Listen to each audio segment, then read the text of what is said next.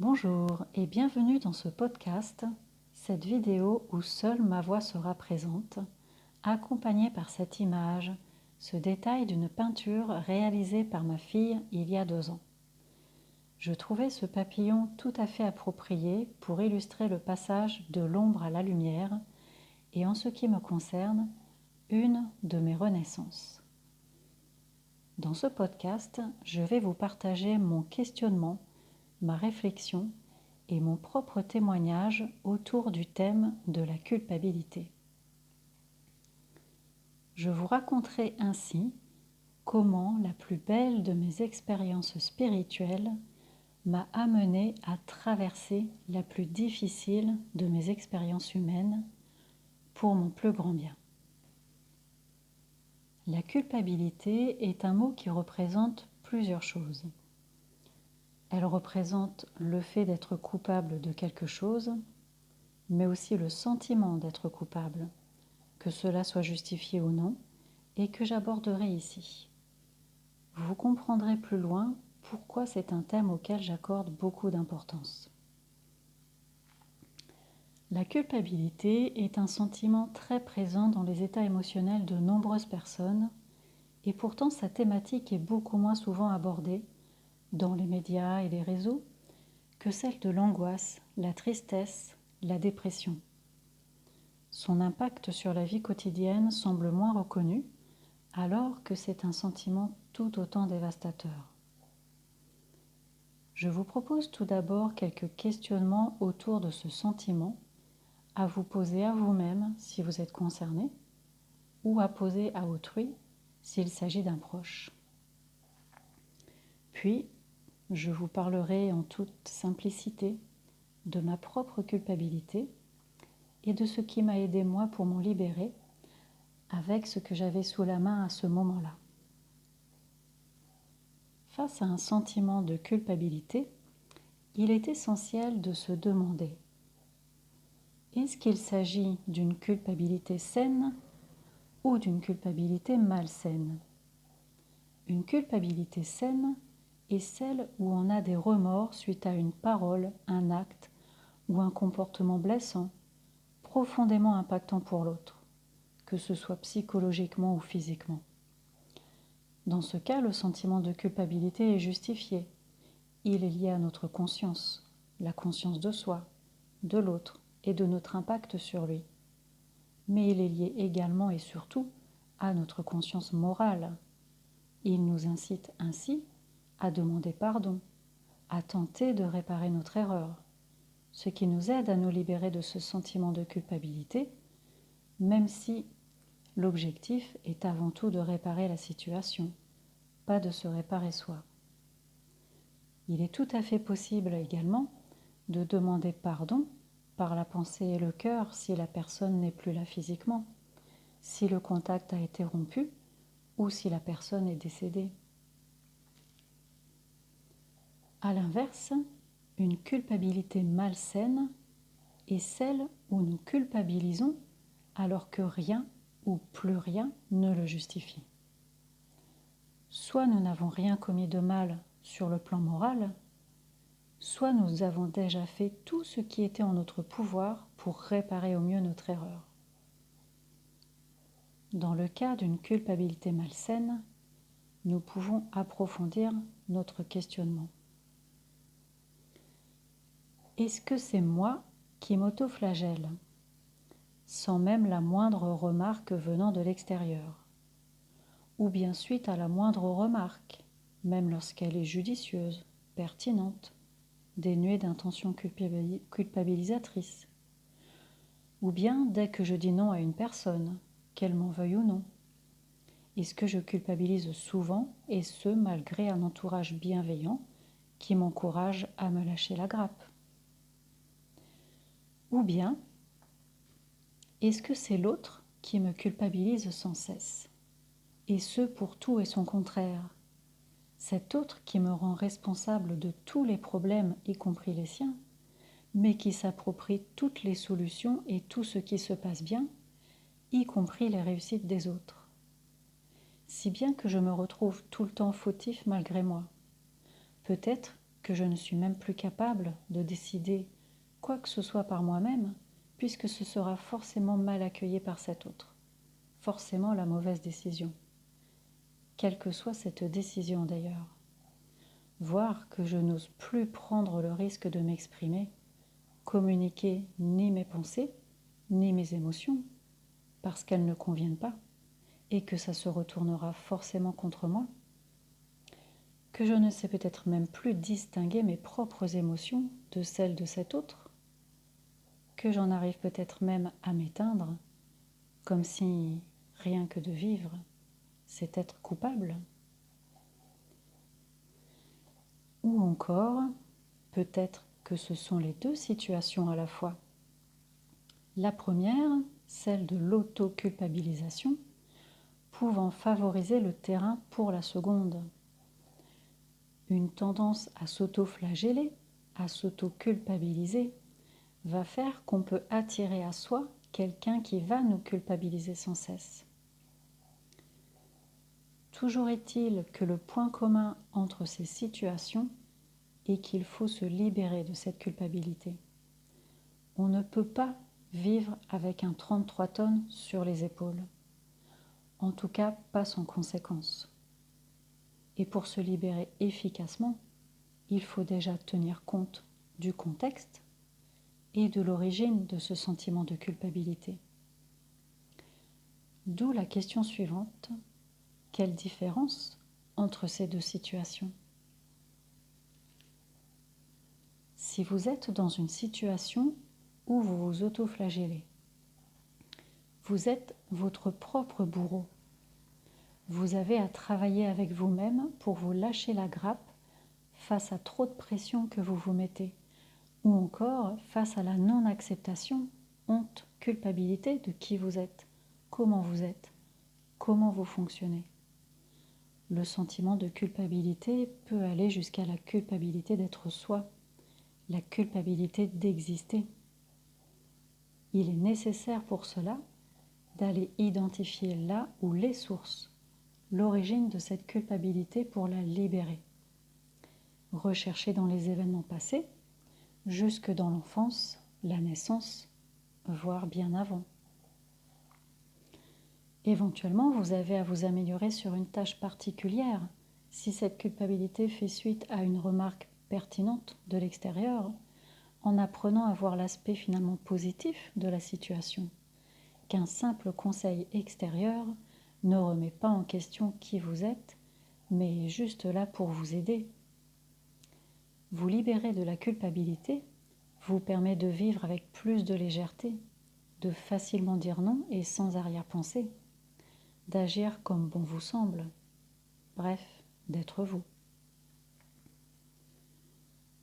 Si vous êtes dans la situation où quelqu'un vous culpabilise sans cesse pour tout et son contraire, vous êtes victime d'un bourreau extérieur, d'une personne manipulatrice narcissique, voire perverse narcissique. Dans ce cas-là, vous avez plusieurs choses à faire. Premièrement, vous devez en prendre conscience, sinon rien ne se passera. Il s'agit de prendre conscience que la culpabilité vient d'une contrainte extérieure, d'un bourreau dont vous êtes la victime. Deuxièmement, vous devez comprendre que vous ne pourrez jamais rien y changer, rien améliorer. Vous ne pourrez pas changer la personne manipulatrice narcissique. Ces personnes ne se remettent jamais en question. Elles ne culpabilisent jamais, puisqu'elles renvoient leurs propres responsabilités sur les autres. Vous ne pourrez pas changer ou améliorer la relation, puisqu'elle dépend en partie de cet autre qui ne changera jamais. Et vous ne pourrez pas non plus vous améliorer vous-même, puisqu'en réalité, vous n'avez rien à vous reprocher, rien à changer dans votre comportement dans l'espoir de devenir irréprochable aux yeux de la personne manipulatrice. Mais vous avez à changer votre regard, à comprendre que vous n'avez plus à vous laisser culpabiliser pour tout et n'importe quoi. Vous devez comprendre que, finalement, vous êtes dans une impasse. troisièmement, vous devez vous organiser pour partir, mettre un terme à la relation. Cela nécessite un travail avec vous-même, tout comme dans l'auto-culpabilisation, afin de vous libérer de cette culpabilité. Mais cela nécessite aussi une énorme dose de courage. Ce n'est pas simple de partir dans ce genre de situation. Ce n'est jamais simple. Surtout quand on sait qu'on est ou qu'on sera dans le rouge dans l'échelle de la violence conjugale. De nombreuses violences, qu'elles soient psychologiques et ou physiques, se réveillent ou s'exacerbent à l'occasion d'une séparation. Non, vraiment, ce n'est pas simple de partir, mais c'est nécessaire. Nécessaire d'aller au-delà de ce sentiment de culpabilité, injustement présent mais très enraciné, avoir le courage de traverser ce qu'il faut traverser, oser se libérer de l'autre, mais aussi de soi, de ses propres limitations. Moi-même, j'ai dû partir un jour alors que je me retrouvais psychologiquement dans le rouge. Il y a une dizaine d'années, j'avais fait une formation en méditation de pleine conscience comme outil de soin, motivée par une consoeur qui me l'avait proposée. La formation s'adressait aux professionnels médicaux, en l'occurrence à des sages-femmes. Je m'étais laissé tenter, pensant que ça m'aiderait déjà moi-même à gagner en sérénité face aux culpabilisations, à pouvoir mieux vivre avec, avoir plus de recul, être zen, voire pourquoi pas réussir à prendre conscience de mes erreurs qui auraient pu justifier ces culpabilisations. À cette période-là, cela faisait déjà 1 an ou 2 que j'avais fait une croix sur la possibilité de partir. Sous prétexte que j'étais plus forte à tenir en restant face aux culpabilisations que l'autre ne le serait si je partais. Mais aussi parce que j'étais dans le rouge. Cela me faisait peur. J'étais finalement plus forte à rester, à supporter les culpabilisations, qu'à l'idée de partir et de supporter la colère et le rouge. Autant rester. Mais ça ne s'est pas passé comme je l'aurais pensé. Le résultat de la formation, c'est qu'au fur et à mesure du temps, à force de méditer, je n'étais pas plus sereine qu'avant, bien au contraire. Je n'étais pas plus sereine qu'avant parce que je prenais de plus en plus conscience que je n'avais pas à l'être. Parce que je prenais encore plus conscience que le problème ne venait pas de moi, si ce n'est le fait d'accepter ce que je ne devais plus accepter, que je ne pouvais rien changer, que je n'avais ni à m'améliorer, ni à accepter encore les culpabilisations.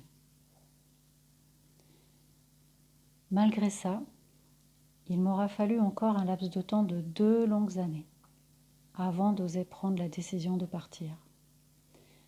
Oui, encore 2 ans, mais pas que. Il m'aura fallu aussi une formation en olfactothérapie, ainsi que cette merveilleuse expérience spirituelle. Pas la première expérience, puisqu'il y en a eu d'autres avant, mais la plus belle. Une expérience spirituelle spontanée incroyable. Une expérience telle un éveil. Mais je n'aime pas trop utiliser ce mot, éveil, parce que je considère qu'il y a de nombreuses manières de le définir, et aussi parce que ce mot a tendance parfois à alimenter un peu trop certains égos. C'était en tout cas bien plus qu'une expérience énergétique ou spirituelle. C'était une expérience transcendantale, une expérience divine, une sorte de reconnexion au grand tout, durant laquelle il s'est passé plein de choses, à commencer par l'élimination spontanée d'une empreinte émotionnelle alimentant une blessure de rejet. J'ai spontanément évacué une profonde tristesse qui ne m'appartenait pas, mais qui s'était déposée sur moi autour de ma naissance et avait grandement, mais inconsciemment, participé à ma culpabilité malsaine. Cette libération m'a apporté le sentiment d'avoir ma place dans l'univers, d'être une poussière d'étoiles tout autant que les autres. Ni plus, mais surtout ni moins. D'avoir le droit de ressentir ce que je ressentais. Et un rebirth subtil s'en est suivi, durant lequel j'ai revécu ma naissance. Je baignais dans un bain d'amour cosmique, un état de grâce plongé dans les étoiles. J'avais l'impression de ne plus avoir de boîte crânienne, comme si mon cerveau ne faisait plus qu'un avec la voûte céleste, comme si ma tête était devenue un entonnoir. Cet état a duré tout le week-end, comme si j'avais fumé un joint ou mangé des champignons hallucinogènes, alors que non, je n'ai même jamais essayé auparavant. Par contre, je venais de sentir, durant juste une fraction de seconde, tellement ça a été fulgurant et puissant, une huile essentielle que j'avais chez moi, et que j'avais pourtant depuis longtemps, que j'avais donc déjà senti plusieurs fois auparavant.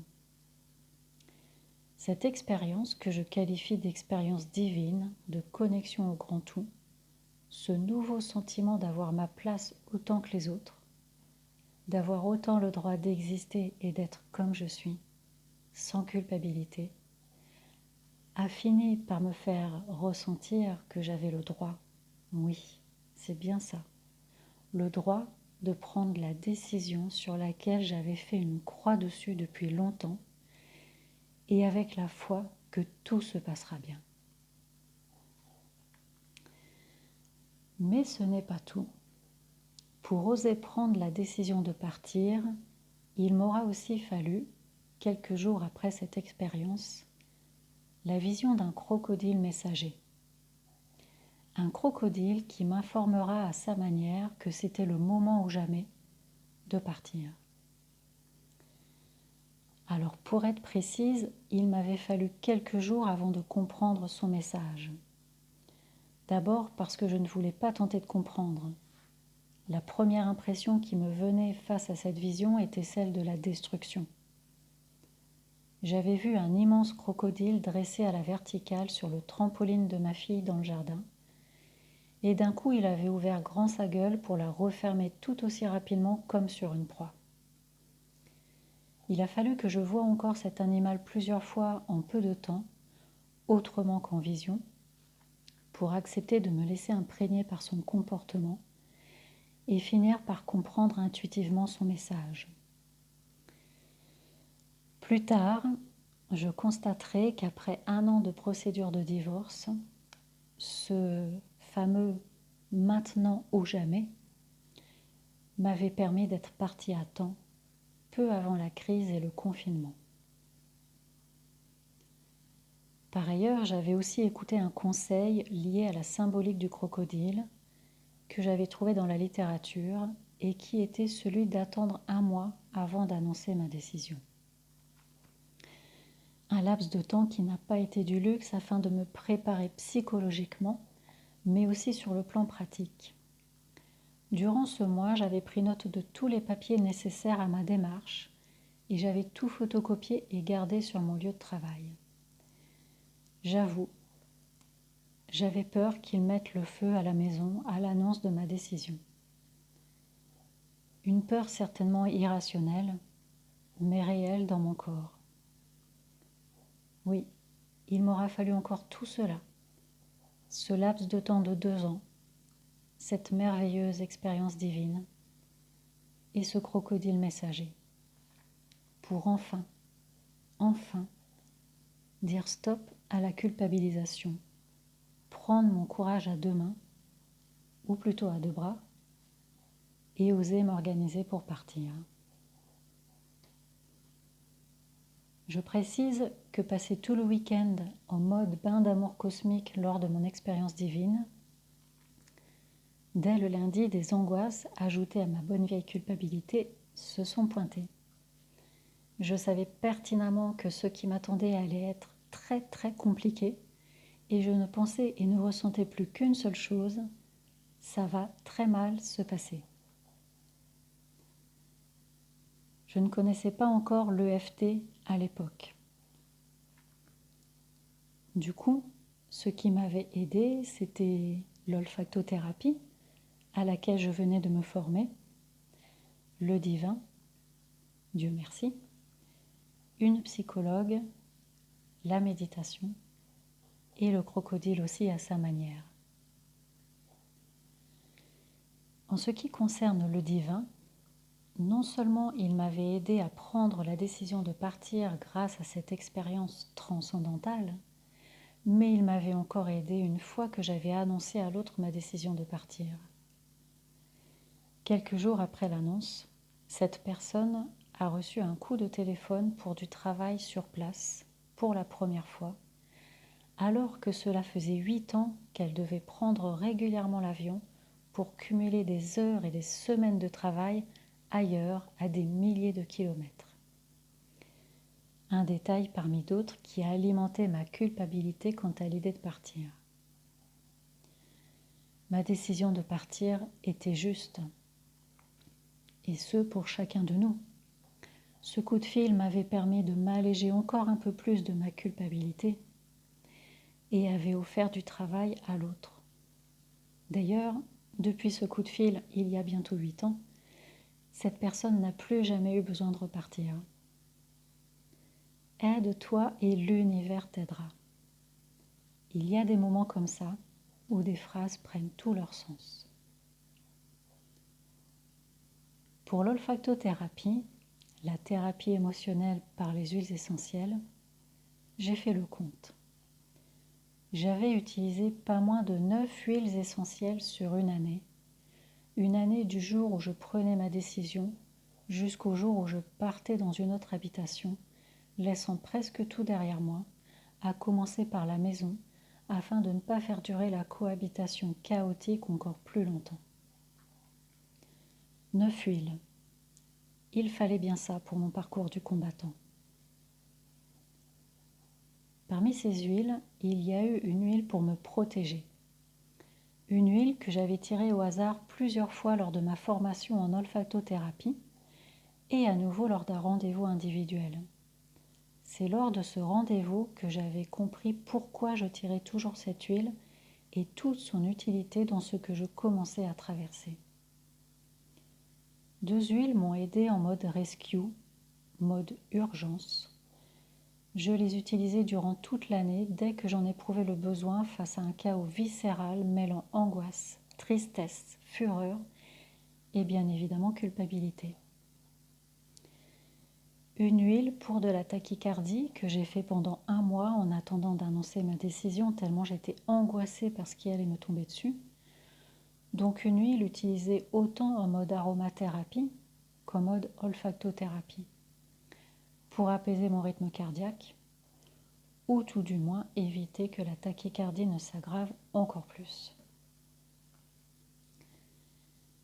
Une huile avec laquelle j'ai médité une fois et qui m'a apporté ce dont j'avais besoin le jour même.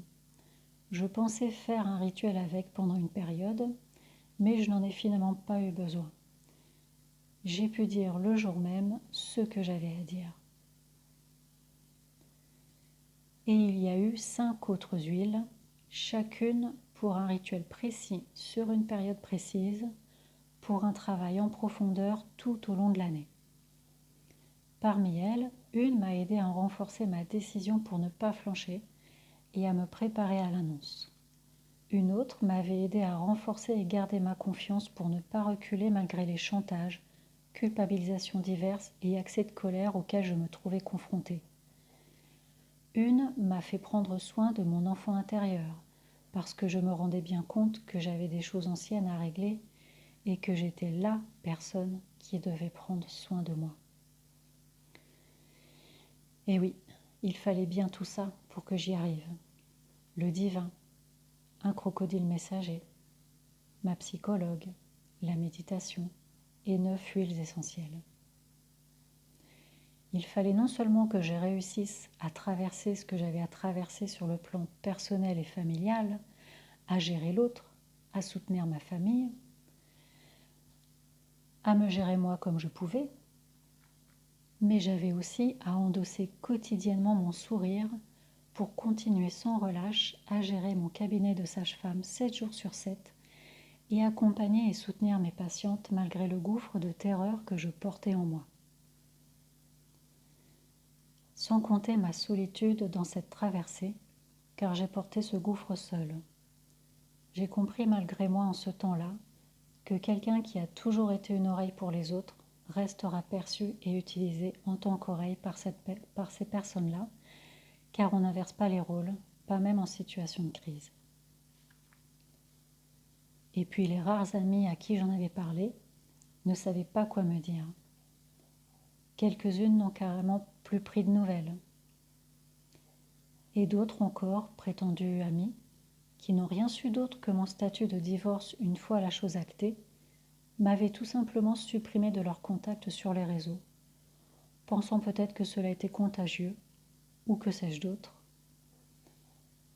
Un fait anodin en apparence, des broutilles probablement, mais qui me faisait penser que divorcer ou bien être célibataire, mince alors, c'était encore être perçu coupable aux yeux des autres. Si je reste, je suis coupable aux yeux de celui auprès duquel je reste, coupable d'être moi. Si je pars, je suis coupable aux yeux de celui que je quitte et aux yeux des autres qui ne connaissent pas l'envers du décor. Triste réalité. La violence psychologique est invisible. Elle ne se dénombre pas, ne se quantifie pas, ne fait pas les gros titres. Tellement que les victimes ne réalisent parfois même pas qu'elles le sont. Elles continuent de culpabiliser au fil des ans.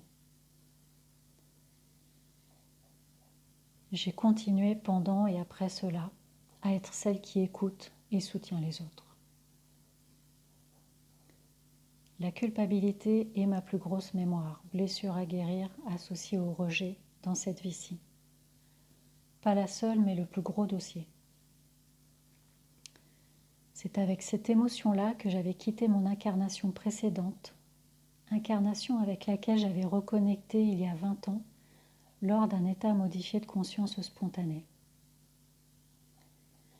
Comme quoi, ce qui n'est pas résolu lors du départ d'une incarnation façonne en grande partie la suivante. Pas forcément avec les mêmes expériences, mais avec des conditions propices à l'émergence de ce même état émotionnel, ce même bagage qu'on a ramené. Les séances d'hypnose spirituelle que je propose le confirment souvent. Tout dépend de l'objectif ou du déroulement de la séance. Nos états émotionnels non résolus d'une vie passée vont faire que nous allons atterrir dans une famille propice à l'émergence de cet état émotionnel, à la fois parce que cet état émotionnel sera probablement présent chez les membres de cette famille et parce que les expériences vécues personnellement lors de la gestation, la naissance et la petite enfance dans cette famille créeront également cet état émotionnel en nous. La culpabilité n'est pas une fatalité, mais elle peut vite devenir un fléau, surtout dans une société qui ne fait que nous faire peur et nous culpabiliser face à tous les maux sociétaux. Climat, pollution, dette, virus, inflation, etc. Et cela pas tant afin d'améliorer les choses, mais souvent pour mieux nous contrôler, mieux nous manipuler. Pas étonnant que dans nos vies individuelles, nous soyons également autant pris dans des relations déséquilibrées et dans des manipulations et des culpabilisations. Nous culpabilisons de penser différemment. Nous culpabilisons de ne pas agir comme les autres voudraient qu'on agisse, ou rien qu'à l'idée de ne pas agir comme les autres voudraient qu'on agisse. Nous culpabilisons d'être nous-mêmes, les autres attendent des autres. Nous-mêmes attendons parfois des autres et les culpabilisons. Non, la culpabilité n'est pas une fatalité, mais il est important d'en prendre conscience et d'arrêter de se culpabiliser afin de retrouver sa liberté d'être et d'agir. Nous ne sommes pas responsables du bonheur ni du malheur de l'autre. Nous devons aussi arrêter de culpabiliser l'autre afin de lui redonner sa propre liberté d'être et d'agir, car il n'est responsable ni de notre bonheur ni de notre malheur. Même face à un bourreau extérieur, nous sommes en quelque sorte notre propre bourreau quand il s'agit de laisser l'autre nous manipuler, de continuer à nous laisser faire. Nous ne pouvons pas empêcher l'autre d'agir comme il agit, mais nous pouvons décider de ne plus accepter de subir ces agissements. À méditer d'ailleurs à l'occasion, à l'échelle collective. On a toujours une bonne raison d'être triste, d'avoir peur ou d'être en colère. Mais en ce qui concerne la culpabilité, on a bien plus souvent des mauvaises raisons qui se présentent. Même si le sentiment de culpabilité s'explique à travers l'histoire personnelle, l'héritage familial, les vies antérieures, il ne se justifie pas pour autant. Au contraire. Et notre mission est justement de s'en libérer. Je vous spoil, le terme à la mode de mission de vie a tout simplement à voir avec soi-même et ses blessures à transcender. Rien à voir avec jouer les euros sauveurs de l'humanité.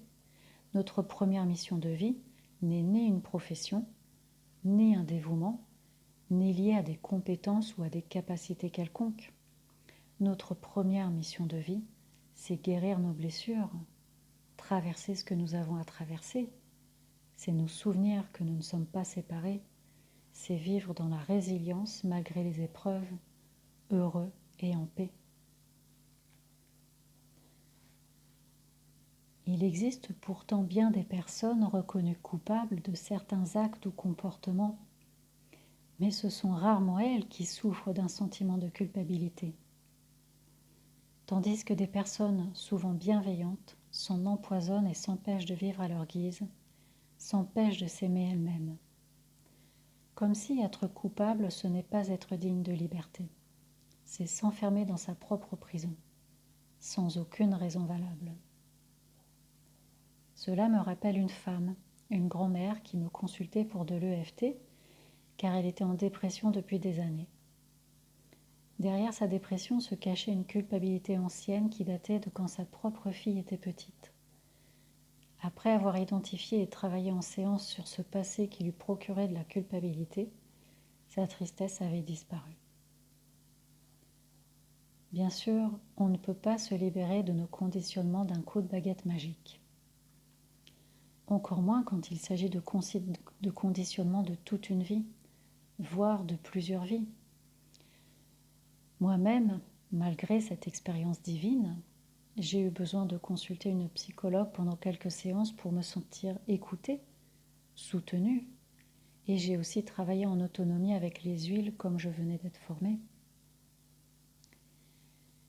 Et en amont de mon expérience transcendantale, il y avait aussi d'autres éléments d'évolution personnelle durant l'année, mais je ne les ai pas abordés ici.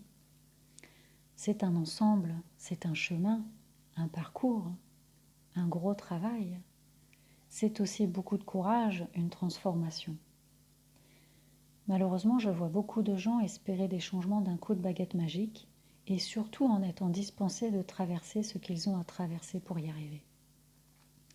Mais là est le cœur de notre mission, traverser ce que nous avons à traverser. Mais c'est possible de se libérer. Comme le montre mon témoignage, c'est un chemin, et quelle que soit sa durée, il vous mènera à ce que vous attendez.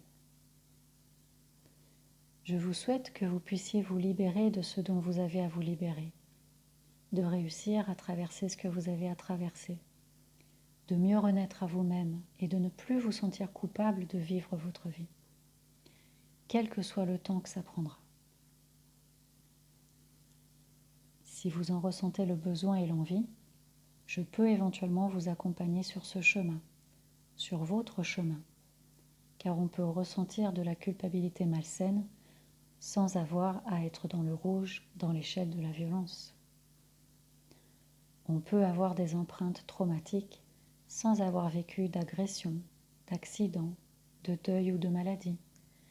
La négligence, l'invisibilité, le rejet, l'abandon, des moments d'humiliation, le déroulement de la grossesse ou de la naissance. Beaucoup de situations peuvent créer des empreintes émotionnelles, des traumas, et être à l'origine d'un blocage ou d'un mal-être. Voilà, nous sommes arrivés à la fin de ce podcast. Je vous remercie infiniment de m'avoir écouté jusqu'à la fin.